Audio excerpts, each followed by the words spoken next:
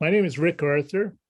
I'm I'm currently doing a prescribed burn plan and a vegetation management plan for the Tongue Creek Ranch. I have extensive background in wildfire, prescribed fire, fire behavior, fire history, and fire regime analysis. So I've applied a lot of those tools in the work that we're doing on the Tongue Creek Ranch, and I thought we'd first start largely talking about the vegetation management plan, and then we'll go into the prescribed burn planning. So first of all, the Tongue Creek Ranch is located just southwest of Black Diamond, west of Highway 22 near Hartnell. And it's composed of tidal lands, or private lands, also some Nature Conservatory Canada lands, and some grazing leases. The reason the Tongue Creek Ranch is focusing on a vegetation management plan is we're trying to come up with a plan to proactively address woody plant expansion, also known as brush ingress or willow ingress, or a variety of different things that it's known as. But you can see the issue here. In the foreground, there's light brush coming up through the grasslands. On the slopes, you can see where conifer as well as willow and aspen have started to dominate over the grasslands. And what woody plant encroachment is just an increase of biomass of the woody plants in grassland ecosystems. And it is a global threat around the world. And it's impacting grassland biomes, and as well as the people and the plants and the animals who depend on them. And the grasslands of southern Alberta are no different, and they're significantly being impacted by woody plant encroachment and are in significant decline. I think we have to understand that in our forest and grassland ecosystems, both forest cover and grasslands have lived side by side, or were there side by side for the longest period of time. But Indigenous people were constantly burning to maintain these sub-ecoregions. So we've got the foothills parkland sub-ecoregion, which is largely grassland but still has some forest cover. And then we also have a montane sub-ecoregion, which is more forest cover, but still had historically lots and lots of grassland.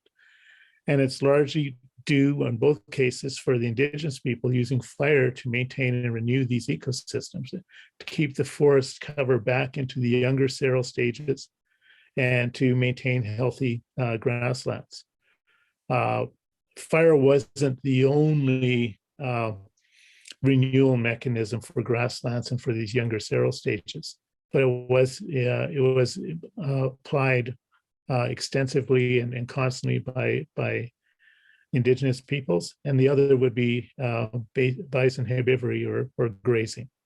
And these large massive herds of bison that came across the prairies helped to maintain and keep the brush and woody plant encroachment down. There are 5 stages to woody plant encroachment. And if we don't apply any kind of disturbance, these grasslands will become impacted and eventually transition to permanent forest cover.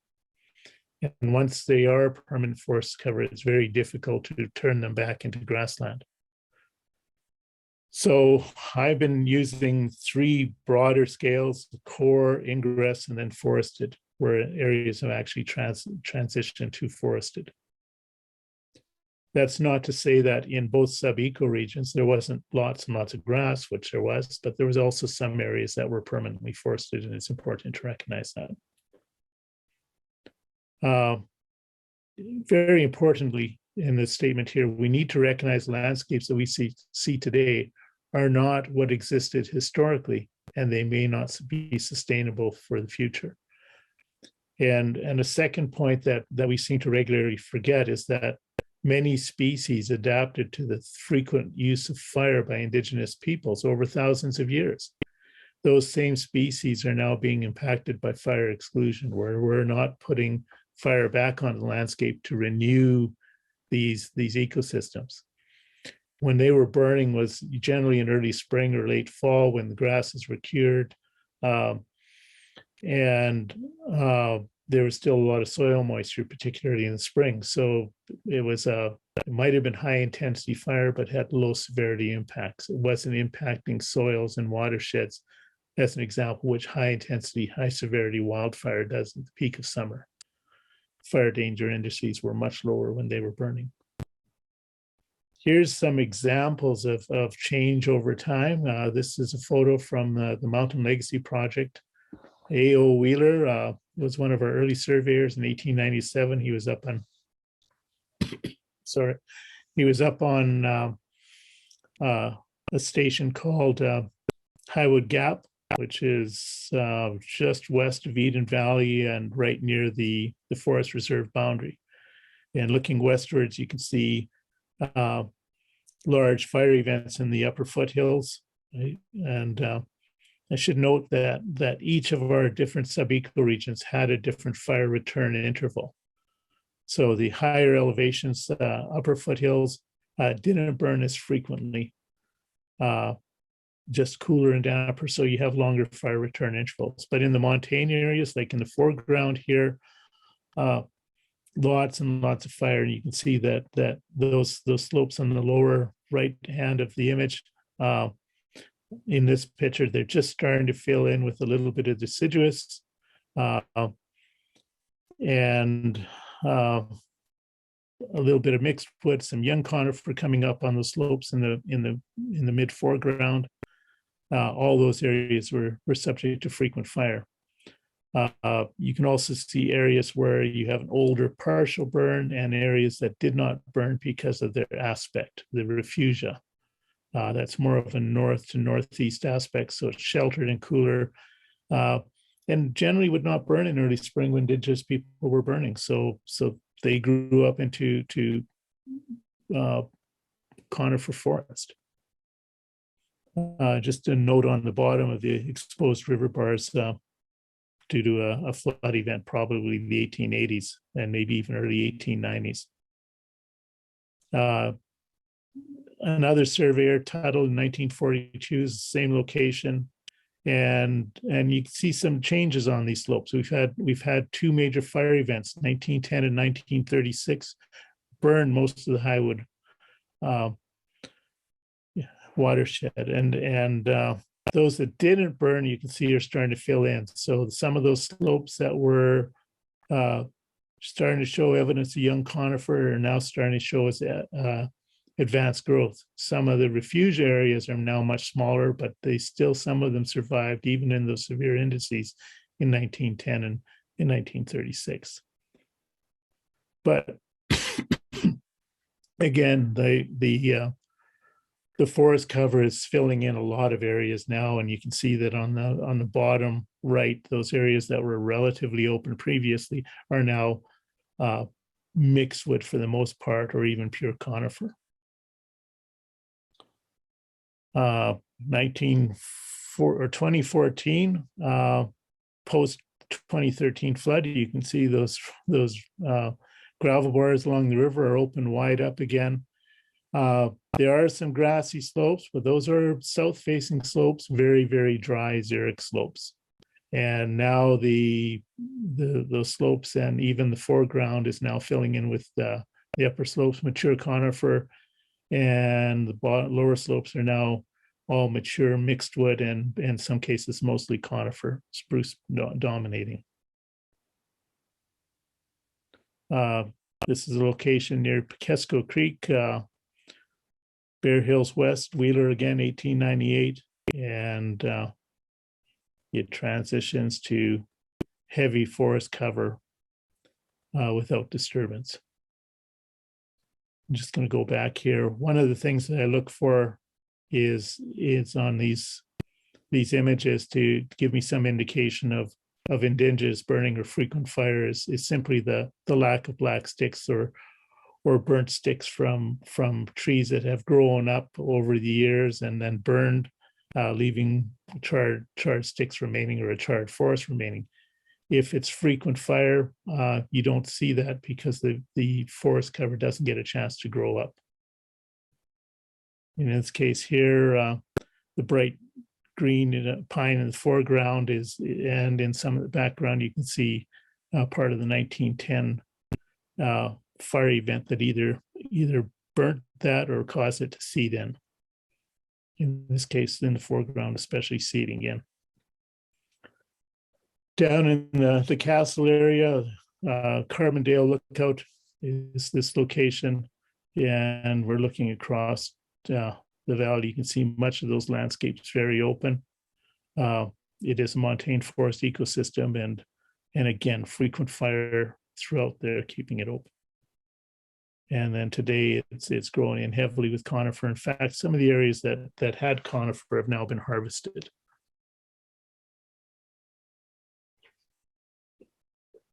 Bridgeland, Ernest Creek, and this is just south of the Old Man River, looking northwards.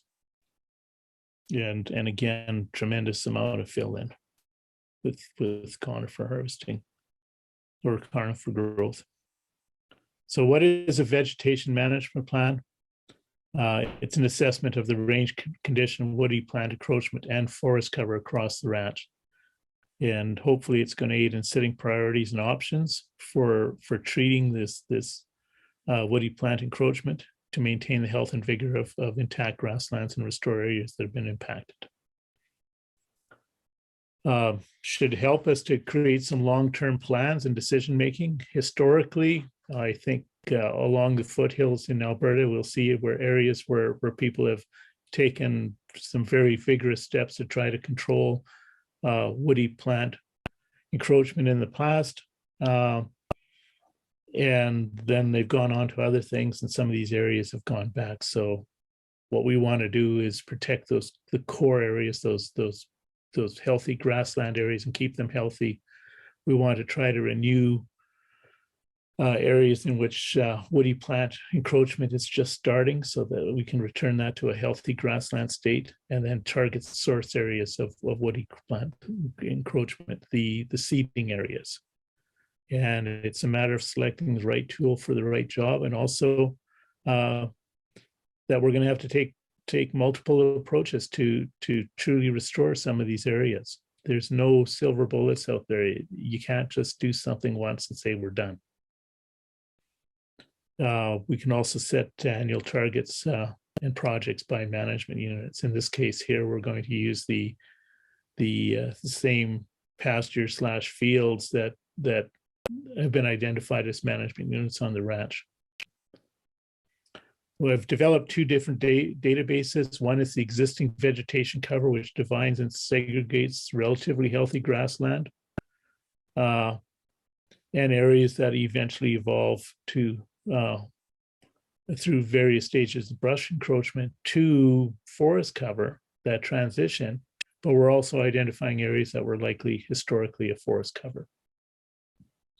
And the historic vegetation cover is probably some groundbreaking research where we're looking at reconstruction of what the historical vegetation cover was over the area.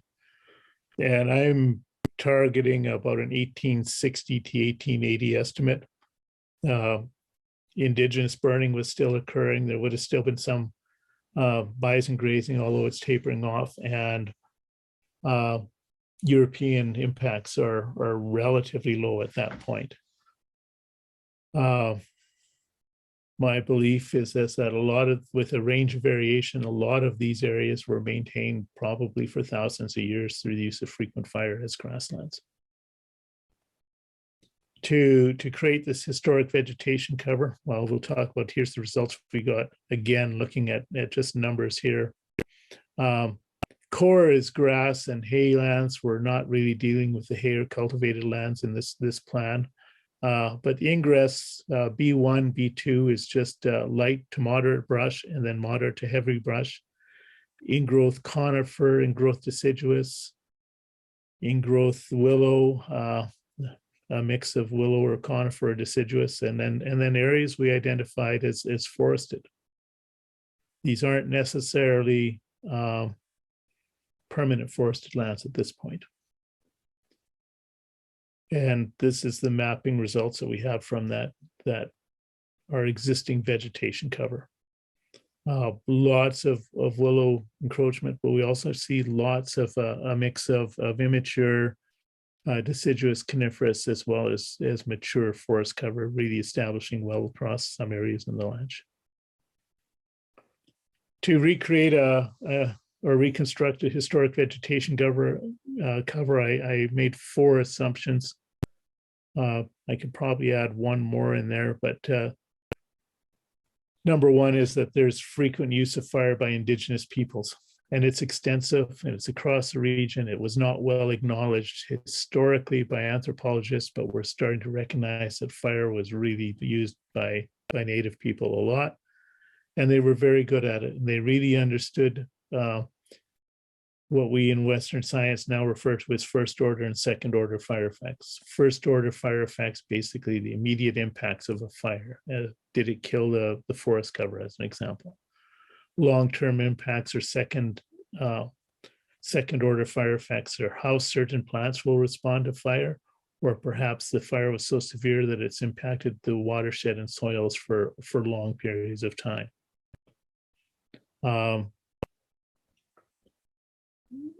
With the frequent fire return interval and bison grazing, grasslands dominated the foothills and parklands, and montane forest subecoregions. Certainly the montane would have had more forest cover, slightly higher elevation, but both subecoregions were considerably younger in forest growth or vegetation growth than they are today. Northerly aspects are cooler, damper, they dry slower than other aspects, so they hold snow in the spring. They did not burn as frequently when indigenous people were burning in early spring because they were still cooler and damper. So you see more forest cover established on those slopes, but when you look at some of the historic mapping, they were definitely much younger than they were today. So to validate those assumptions, I used a number of different resources to help reconstruct this historic vegetation cover. One was numerous journals from early traders and explorers. Peter Fiddler, as an example, in his journals, none of them are specific to any area, but as far as vegetation cover, but he makes reference in his travels from present-day Elk Point down to Livingston Gap, and he left in November of 1792, returning in March of 1793, so a 5-month period during the winter. In his journals, he references major fire events 33 times.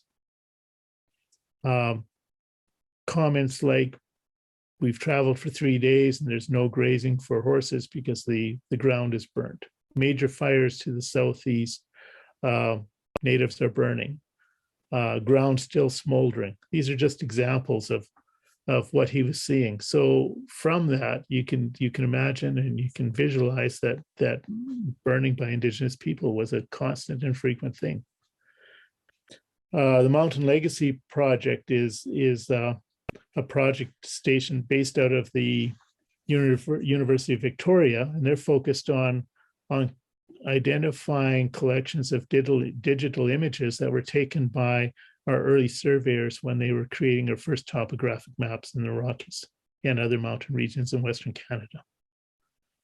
So they would take box cameras along with all their survey equipment. They would take thousands of shots with their survey equipment. Then they took these glass plate photographs and with a focal plane technique, used that imagery to help fill in the blanks that they had for making the topographic maps. The beauty of those images is that they were taken right across the landscape at the same period. So it gives us a snapshot in time of what those ecosystems looked like. Extremely valuable. And especially when you go out and repeat the images and then do a comparative analysis. First aerial photography was in the late 40s, early 50s, but in 1958, there's a really nice scale of photography, 15840, that was used for the phase 2 forest inventory.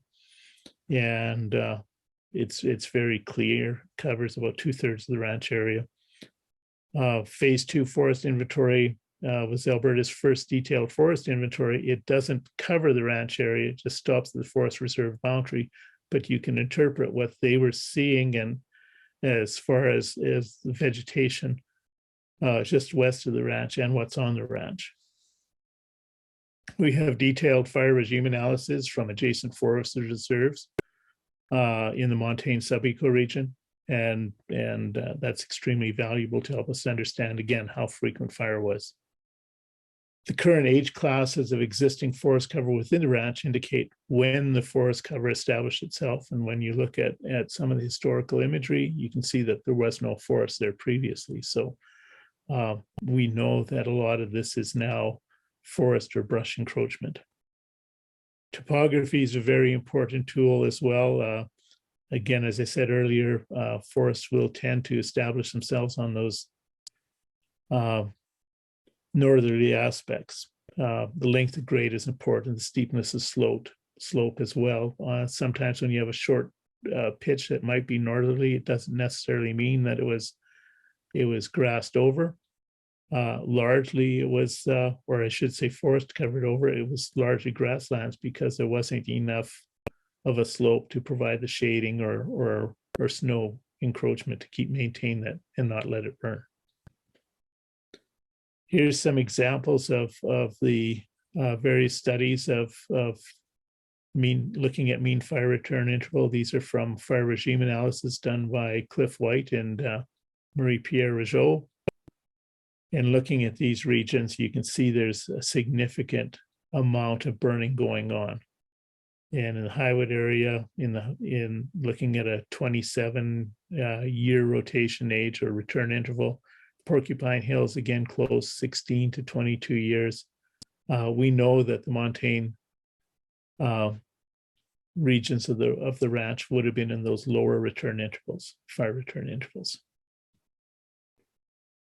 Other resources that could be used to improve historic vegetation mapping, it would include looking at soil mapping, analysis of existing soil reports, hydrological assessments, detailed review of range assessments, looking at a comparison of condition class and vegetation change over time, as well as the original survey maps that have notes and references to terrain, springs, and elevation.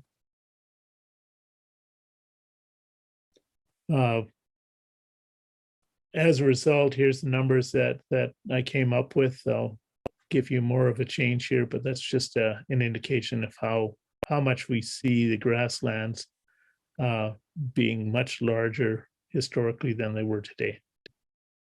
And this is the map that we created, and again shows a lot of change in much more grassland.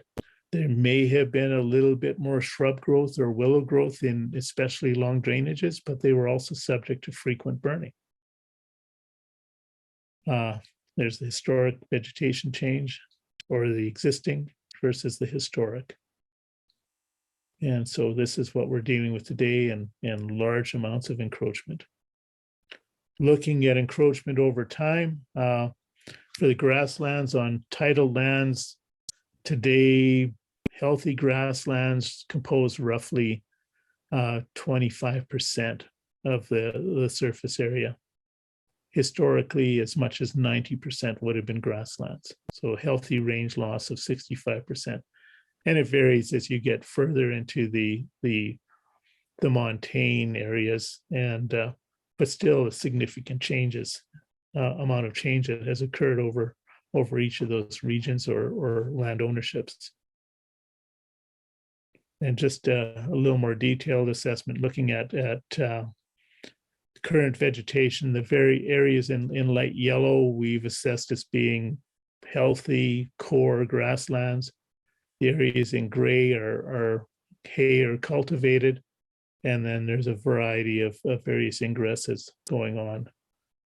And here's what it looks like historically. So there's a lot of area that could be treated and should be treated to return it back to healthy grasslands.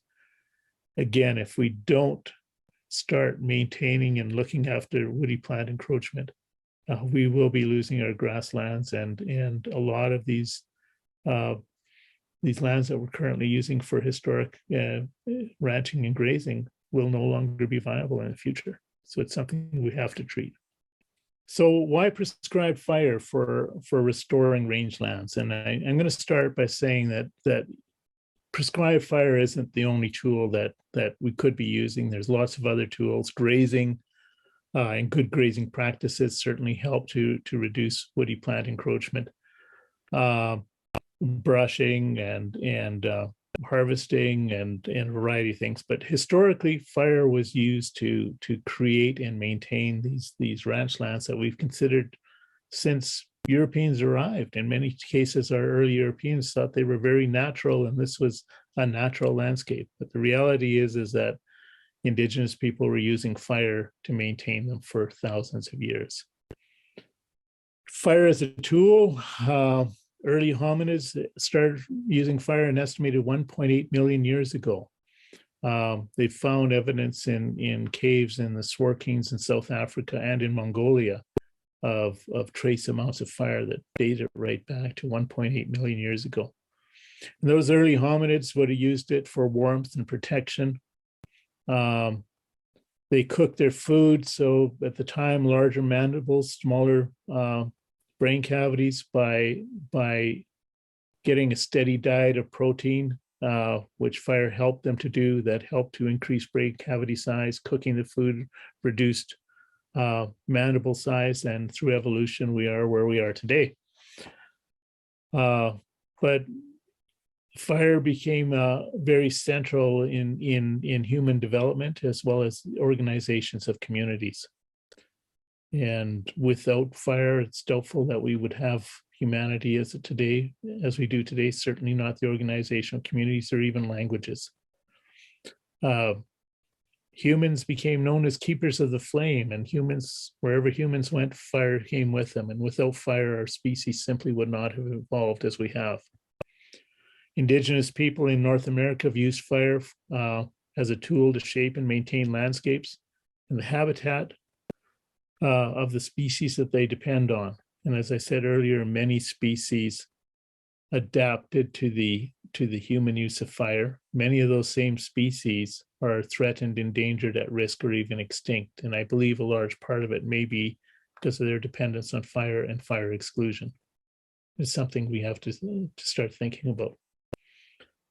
With prescribed fire, everyone is concerned about fire, and we know that fire is a wonderful servant, but it's a terrible master, and we're afraid of fire for fear of it escaping. Wildfires, those pushed by the winds, such as the grass fires we had last fall, extremely dangerous to any of our communities and to our ranches and developments.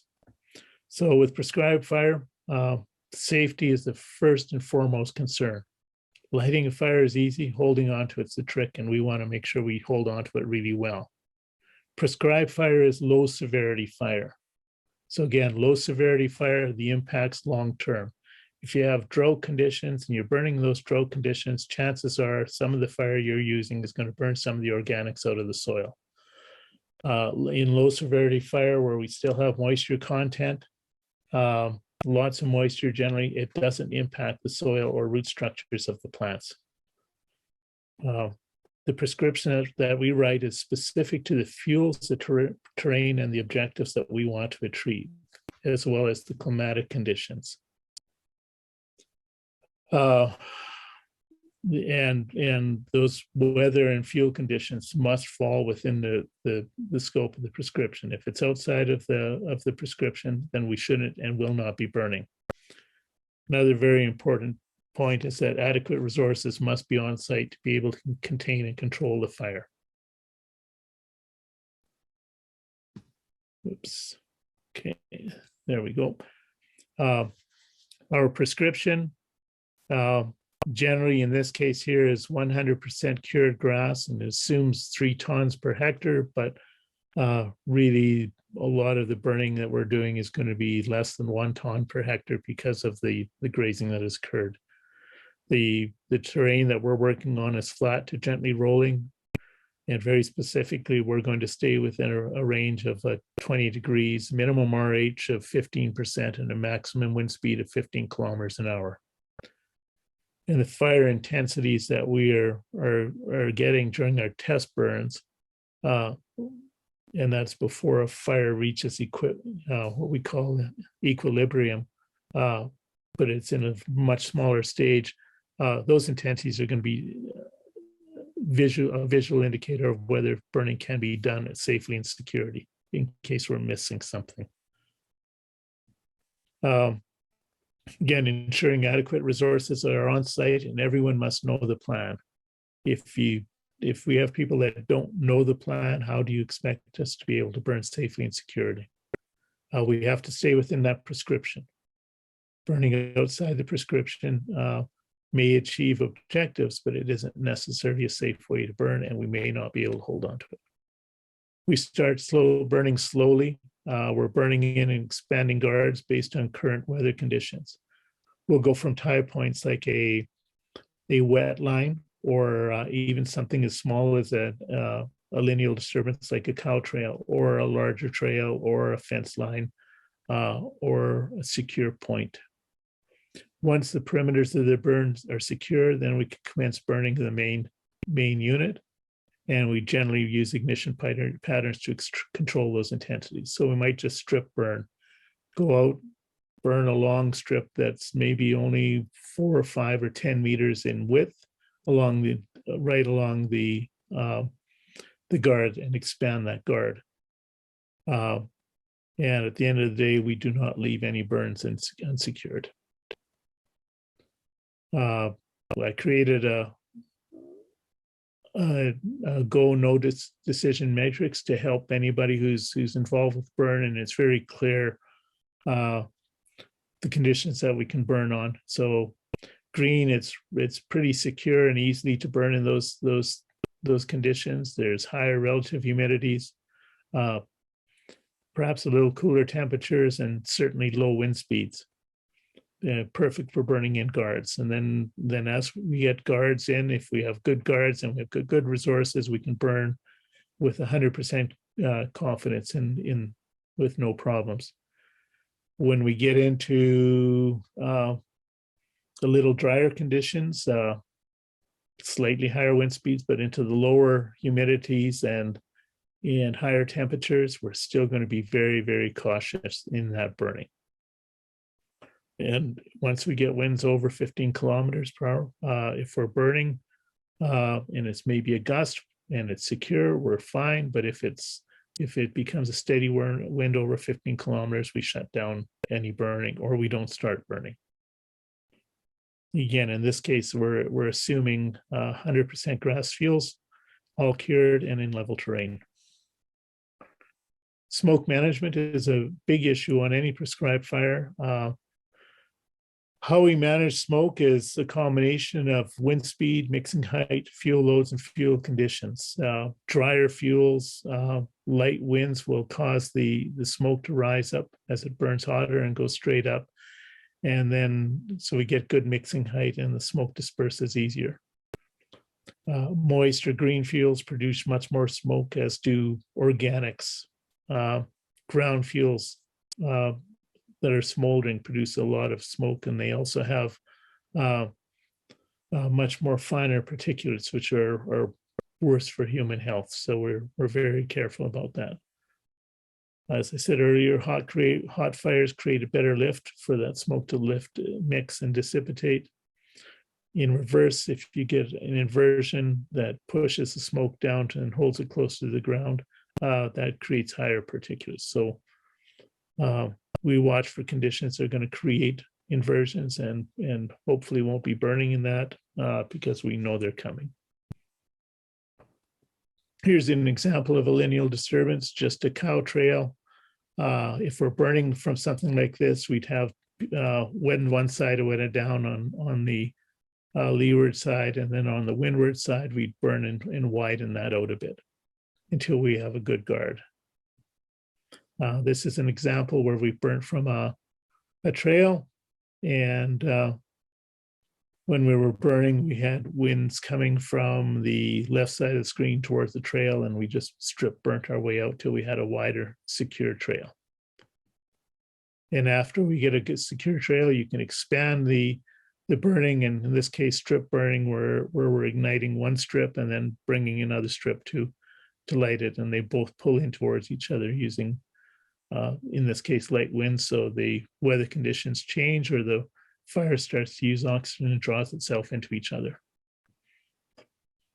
In this case here, we've got a good secure burn on the other side, and we're burning from a cow trail, but we're now burning with the wind and lighting with the wind and letting it go back towards the interior of the fire.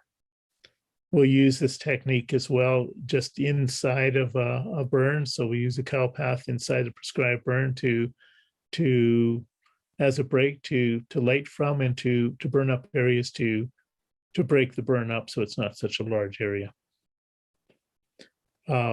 As you get drier intensity or conditions, you can burn at hotter intensities. In this case, this will certainly be hot enough to kill the surface stems of the woody plants, in this case deciduous aspen, although the root systems are intact, and will probably sucker up. Grazing post-burn will help, because the cattle will take those suckers and chew on them, chew them down, and increase mortality of the plant. Again, hotter surface burns. A lot of the grass material here is going, all of it's going to be consumed, but a lot of the dead and down material will be consumed as well, and most of it will turn into white ash. Willow burns very, very hot, so we want to have good secure perimeters when we're burning willow, or at least, if not secure conditions, then green up conditions of the field surrounding. And here's a sample of some willow just after it's been ignited and then post ignition. Again, the surface area of the plant has been killed, not totally consumed by fire, but and there will be some suckering, but again, cattle help to knock it back. In a few years from time, another burn may set it back further. Previous prescribed burns. Here's a sample from the Linden Creek area in the Porcupine Hills. Post-burn production, grasslands average 4,660 kilograms per hectare, and the deciduous plots also showed a decrease. Post production of the grass certainly doubled when compared to the adjacent unburnt coulee. There was initially a 30 to 35% mortality in aspen. That increased to 45% with stress. And an obvious afterwards was healthier calves, higher weight gains, and higher body condition scores. All positive for the ranching community. And that's pretty much that's our the ranch area again. And just in summary, to maintain these healthy, vibrant ecosystems, we need to understand the historic disturbance patterns that created them. In this case of the grasslands, it was frequent fire, as well as bison herbivory. If we're restoring or trying to restore these, we need to use every possible tool and perhaps develop more. We need to develop more expertise and capacity, because this is an issue that goes right across our foothills regions. And we also need to look at policies, whether they're at a different level of government or within private organizations, that some of these may inadvertently become a deterrent to actually meeting restoration or maintenance goals.